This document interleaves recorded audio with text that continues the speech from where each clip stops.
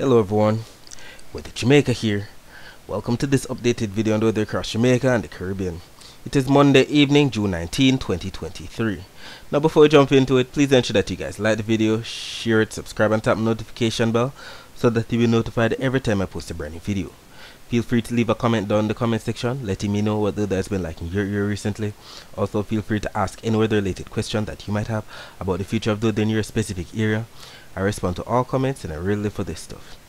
Alright, so let us take a look at the main development region right there to the east of the Caribbean, to the west of Africa, and we see two areas of disturbed weather. The one on the left of your screen is now designated Tropical Storm Bret, and you can see the spin that it has going on for it right now, definitely strengthening, and it's predicted to strengthen into a hurricane very soon. The one to the east of Bret is now designated Invest 93L, and we can see the amount of convection associated with it. It's also on its way to developing maybe into a tropical depression or a tropical storm very soon as well. And we are seeing development in the month of June. We don't usually receive or see development in the month of June in any given year, as a matter of fact. So this year is quite special, and that's due to the fact that we have a lot of above normal sea surface temperatures across the Atlantic at this time. So we can see by all of those shades of oranges and reds across that region, that explains why the region is behaving like this. It's acting as if we're in the month of September at this time, and despite the current El Nino, which is the warming of the eastern Pacific, where we have more convection over there that causes more sinking and wind shear, sinking air and wind shear across the Atlantic. We're actually not seeing the El Nino, doing what El Ninos do. We're seeing the opposite of that. That's because the El Nino is just starting. So maybe later on down the road, the El Nino, might do its thing, and then, in turn causes the Atlantic to shut down. We shall see exactly what unfolds. Either way, all of this above normal sea surface temperature across the Atlantic is very telling. And considering that the season has started off early with all of this activity, it could be that the front end of this season is loaded with storms, and maybe the latter half is, a bit less with the activity. Or it could be that it's going to be loaded all the way through from June to November. So it's just a waiting game to watch and wait and see exactly what unfolds. If we actually take a look at the 7-day graphical tropical weather outlook from the U.S. National Hurricane Center, we can see Bret right there, and we can also see the area of disturbed weather to the east of Bret that now has a 50% chance of development within the next 7 days. Taking a look at Bret's track, we can see that yes, it's supposed to maintain tropical storm status for the next 2 to 3 days, then becoming a hurricane maybe late on a Wednesday or early Thursday, then going through the islands. Keeping in mind that the more out in time we go, the wider this cone gets. So if this system remains weak, it's supposed to be going more westward. If it is stronger than what is predicted, it's going to want to go more northward and feel the trough to the north. But if it's weaker, the high pressure is going to be steering it to the west, like what all tropical waves usually do. And it makes sense because the EPS, which is the Euro Ensemble models, keep majority of the projected paths going through the Caribbean. And look at the blues. The blues represent on the weaker end of the scale, while the greens and the yellows represent the stronger end of the scale, tropical storm or hurricane status.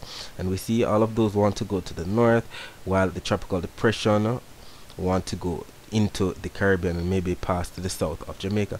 That's just the EPS. What does the GFS, the GFS show? GFS shows something in between, right there with that black line, making it into the Caribbean. Look at that, clipping portion of Haiti or Cuba. But we do see the trend with majority of the strongest ones going to the north across maybe Hispaniola or Puerto Rico. Either way, we just ensure that we need to pay attention to exactly what unfolds with that one. As it relates to Invest 93L, we can see that it is forecast to turn to the northwest. Doesn't mean that we should stop watching it, because if we can recall, Bret was forecast to turn to the northwest, maybe even passing to the east of the Leeward Islands, but look exactly what unfolded. Just trended more westward with time, considering that the high pressure has been taking shape and steering it that way. So don't give up on Invest 93L just yet. Let us take a look at the surface map of the Atlantic for this evening. We can see that we have a trough right there across portions of southern Florida and the northern Bahamas. Another trough right there across portions of eastern Honduras and Nicaragua. We can also see a tropical wave across portions of Colombia. Another tropical wave to the north of French Guiana. And we can see the circle associated with Tropical Storm Bret. That says TD3, but it's not Tropical Storm Bret. And the L that represents the other area of low pressure to the east of Bret. Taking a look at the visible satellite images before the sun went down, we can see the clouds associated with that trough affecting portions of southern Florida and the Bahamas with some amount of overcast skies, showers and thunderstorms at this time. You can also see the clouds associated with that other trough affecting portions of Honduras and Nicaragua with some amount of overcast skies, showers and thunderstorms as well. And we can also see some amount of outflow coming off of that trough coming into the Jamaica area. And it is these high-level clouds that are responsible for some amount of isolated showers across sections of the island for today. So we indeed see all of those greens across sections of some southern parishes in Jamaica. So we definitely had some amount of drizzle across maybe sections of St. Thomas, maybe Kingston and St. Andrew, St. Catherine, Clarendon, Manchester, St. Elizabeth. Definitely gotten on some amount of light rainfall this evening. And if we actually take a look at the visible satellite images before the sun went down across the island of Jamaica, we can see those clouds coming in from the south and west across the island, even having some drizzle right here in my neighborhood. And if we actually take a look at the infrared satellite images, we can see the colors associated with those high cold cloud tops.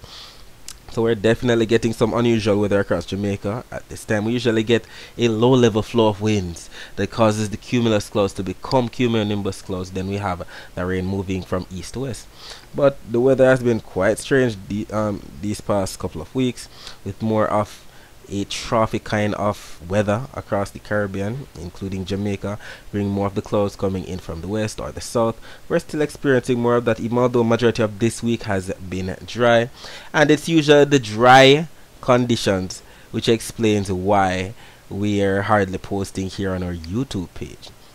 Either way, please ensure that you follow us on our Twitter page, on our Instagram page, on our Facebook page, because we post there all the time. We even post a lot of Weather Channel updates as well. If we actually take a look at the See Jamaica's YouTube channel, if you don't know by now, we have a partnership with that channel. They show live streams of the Kingston Harbor, Crossroads, and even Halfway Tree, so that we can see the weather and what's going on in Jamaica at that time. So just search them up on YouTube. And if we actually take a look at about 6:08 p.m. today, we can see the confirmation of the overcast skies. Right there, we don't see any blue skies or anything like that. That all of these high cold cloud tops that we saw in the infrared satellite images cause. So very overcast skies across the region for today. Taking a look at the temperatures for tonight, we can see that we have 29 degrees Celsius in Kingston. That's quite hot. 27 degrees Celsius in Montego Bay. And as usual, as the night progresses, these temperatures should be getting lower. Taking a look at the temperature forecast for tomorrow, we can see that Jamaica is embedded in some slight yellows or orangish shadings on both the Euro and the GFS for 18th on Tuesday. This is actually 2 p.m., 1 p.m. actually on Tuesday. So these are the temperatures that we're going to be getting. And the average temperatures for the month of June are about 90 degrees Fahrenheit, which is about the equivalent of 32.2 degrees Celsius. So if we're predicted to receive 1 to maybe even 2 degrees Celsius above average temperatures, we should be receiving anywhere from 32 to 34 degrees Celsius at most. Taking a look at the dry air map, so most people are getting this map confused, thinking it's actually the Saharan dust map. This is the Saharan dust map. The Saharan dust map shows all of the dust and the hazy weather, especially as indicated by all of these browns. And this is the forecast for the Saharan dust. 2 p.m. on Tuesday has a lot of it across portions of the main development region, maybe getting entrailed into sections of tropical storm Bret, maybe, you know, maintaining the strength that it has so that it doesn't rapidly intensify, which is a good thing. And maybe the same for the invest area to the east of there as well. Some amount of slight hazy weather being predicted to affect portions of the eastern Caribbean and portions of Jamaica as well. However, as it relates to the dry air map, we can see the dry air by the represented by the key at the bottom, anywhere from the yellows, then becoming orange and red, then the whites within those reds that represent the most dry air. And we see some amount of dry air across portions of the eastern Caribbean, portions of the Gulf of Mexico, as well as portions of the northern sections of the North Atlantic. So we know that it's definitely not Saharan dust, because there's no way there's Saharan dust right there off the coast of New York with all of those reds and white within those reds. So it's definitely dry air, while this map shows the actual Saharan dust, and we can see majority of it is right there across the portion of the waters to the west of Africa, not to mention across sections of Africa as represented by all of those browns. Taking a look at the wave forecast for tomorrow, we can see that we have a lot of blue surrounding Jamaica tomorrow that represent anywhere from 1 to 1.5 meter wave heights.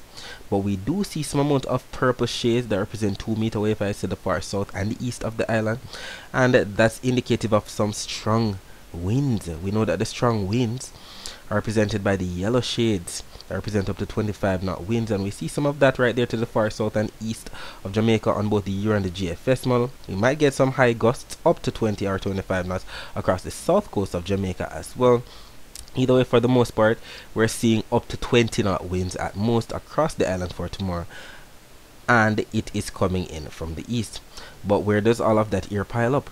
Where do we have the least amount of winds across the island for Tuesday?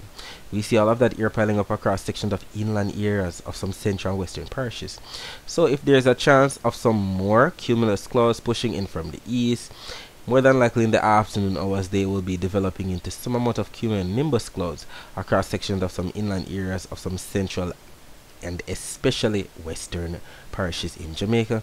And then, as usual, the upper level wind shear, whichever wind direction it is blowing from, is going to be blowing off those high cold cloud tops, just like what we're seeing right now on the satellite images, with the high cold cloud tops being pushed off toward whichever direction the wind shear is being blown off to. So that's what we're going to be seeing happening tomorrow, and we see that coming in from the west for 18Z on Tuesday on both the Euro and the GFS model.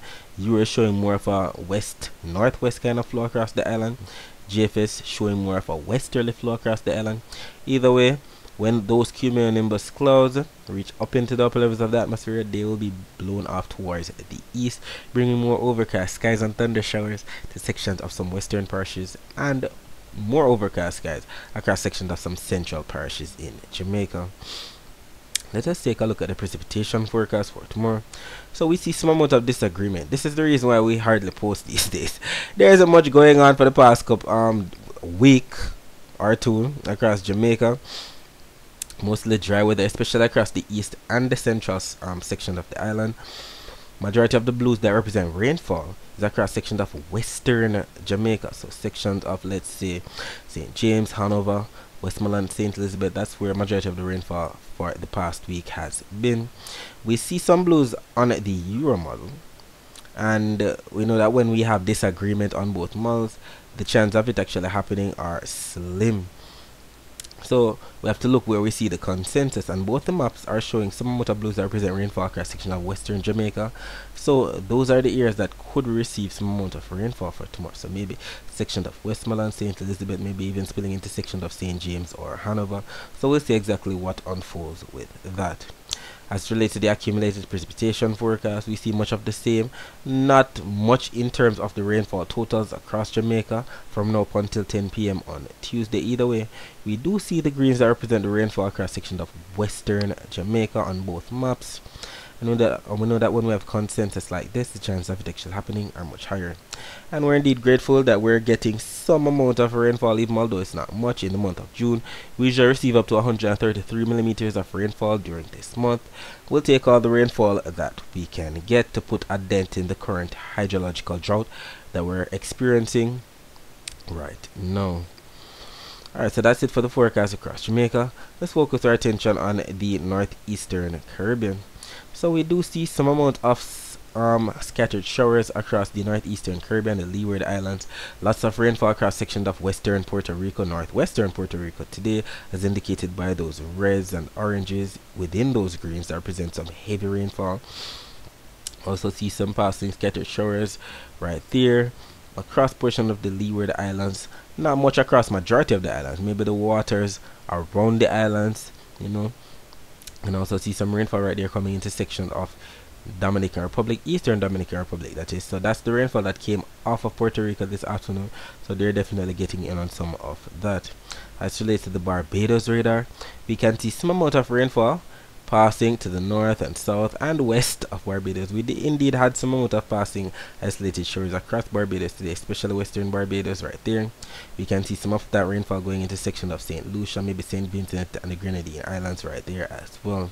Taking a look at the weather view of Doppler radar images, we can see some rainfall right there across sections of Honduras, Nicaragua, just like what we saw as associated with the trough on the satellite images earlier. We can also see some more rainfall right there to the south and west of Jamaica on the Cayman Doppler radar, as indicated on the satellite images that show the high cold cloud tops that are still bringing some amount of light rainfall to the waters to the southwest of the island. We can also see some rainfall right there across sections of southern Cuba, and a lot of rainfall right there across portions of Florida and Bahamas associated with that trough that we mentioned earlier. As relates to the wave forecast for tomorrow, we can see at 12 p.m. on Tuesday has the highest waves right there to the south of Jamaica, maybe up to 2-meter wave heights. But look to the far east of the islands, even some reds in there that indicate up to 5 or 6-meter wave heights. And what is that? That's due to tropical storm Bret. Bret is churning up the waters, bringing some high wave heights. So any fishers or marines out there, please ensure that you exercise some cautions, that you're not that drastically affected by what's happening. And we can see that the reason for these high wave heights is the fact that we're going to be receiving the strong winds associated with what a tropical storm entails. So we can see those darker shades of maybe purples within those gold colors that represent up to 40 knot winds that are spinning with Bret right there, especially on the north side. The north side is usually where we see the heaviest weather. So that explains why the waves are being churned up across the main development region. You can also see the yellows that represent up to 25 knot winds right there to the south of Jamaica, south of Haiti, coming in from the east to the north of Colombia right there. As relates to the rain forecast from now up until 10 p.m. on Tuesday, you can see both the Euro and the GFS models are showing some amount of rainfall to be received across sections of Florida, the Bahamas, Turks and Caicos, Cuba, sections of Hispaniola, Puerto Rico. Not so much across the Greater Antilles, Jamaica, Hispaniola, Puerto Rico. But we do see some amount of rainfall to be had across sections of the Leeward Islands, sections of Guadeloupe southward to Dominica, maybe St. Lucia, Martinique, spilling into sections of Barbados. We can see the heaviest of the rainfall, however, across sections of Guatemala, El Salvador, Honduras, sections of Nicaragua, Costa Rica, Panama, is indicated by those reds. The more colorful this map gets, the more rainfall that's expected, and we're seeing the reds represent up to 1 inch or more of rainfall for those spots. We can also see some rainfall in store for sections of Colombia, Venezuela, Guyana, French Guiana, and Suriname as usual. I know that when we have consensus like this, the chances of it actually happening are much higher. Alright, so that's it for today. Thanks for watching.